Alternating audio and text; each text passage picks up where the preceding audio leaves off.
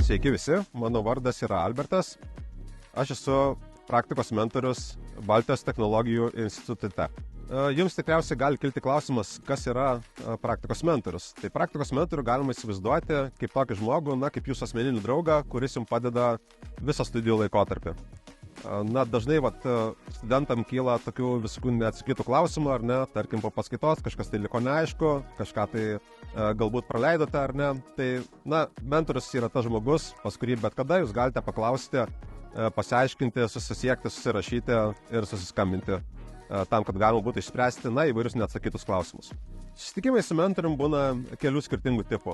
Tai pirmiausia, būna susitikimai tiesiog, tokie bendrai pasikalbėjimai, kaip jums sekasi, kokie iškyla klausimai, tiesiog pasižiūrim, pasiaiškinam ir visi kartu išsprendžiam visas iškilusias problemas. Kitas susitikimų tipas yra, vadinami workshopai, kurių metu mes tiesiog darome visi kartu kažkokį didesnį projektą, didesnį darbą, visi aiškinamės ir visi siūlome įvairias idėjas ir bandome jas įgyvendinti.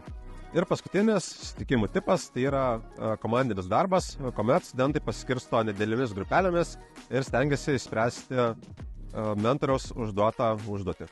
Mums yra labai svarbu, kaip studentai jaučiasi, todėl praktikos metu mes ne tik gilinamės techninius dalykus, bet taip pat kalbamės apie jūsų studijų intensyvumą, sunkumus, su kuriais susidurėme ir individualiai galime su kiekvienu studentu pabendrauti ir išsiaiškinti ir spręsti visas studijų metu iškilusias problemas.